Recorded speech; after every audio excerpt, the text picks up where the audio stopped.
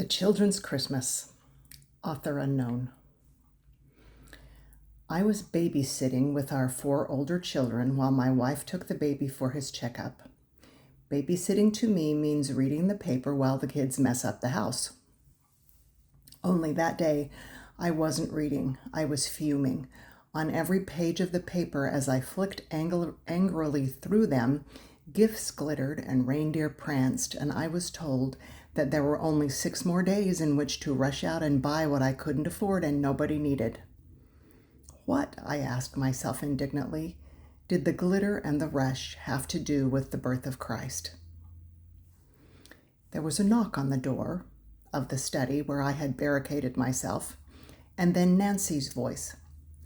"Daddy, we have a play to put on. Do you want to see it?" I didn't. But I had fatherly responsibilities, so I followed her into the living room. Right away, I knew it was a Christmas play, for at the foot of the piano stool was a lighted flashlight wrapped in swaddling clothes lying in a shoebox. Rex, age 6, came in wearing my bathrobe and carrying a mop handle. He sat on the stool and looked at the flashlight. Nancy, age 10, draped a sheet over her head, stood behind Rex, and began. "I'm Mary, and this boy is Joseph, and usually in this play, Joseph stands up and Mary sits down, but Mary sitting down is taller than Joseph standing up, so we thought it looked better this way." Enter Trudy, age 4. At a full run. She's never learned to walk. There were pillowcases over her arms, and she spread them wide and said only, "I'm an angel." Then came Annie, age 8. I knew right away she represented a wise man. In the first place, she moved like she was riding a camel, and she had on her mother's high heels, and she was bedecked with all the jewelry available. On a pillow, she carried 3 items, undoubtedly gold, frankincense, and myrrh. She undulated across the room, bowed to the flashlight, to Mary, to Joseph, to the angel, and then to me, and then announced, "I am all 3 wise men. I bring precious gifts, gold, circumstance, and mud." That was all. The play was over.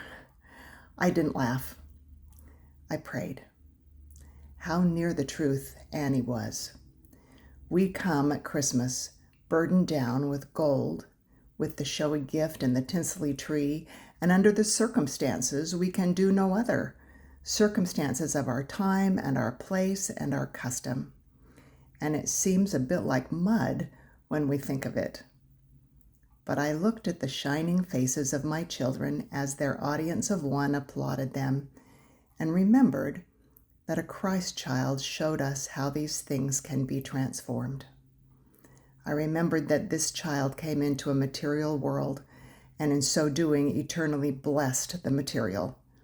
He accepted the circumstances, imperfect and frustrating, into which he was born, and thereby infused them with the divine. And as for mud, to you and me it may be something to sweep off the rug, but to all children it is still something to build with. Children see so surely through the tinsel and habit, and the earthly, to the love which in them all strains for expression.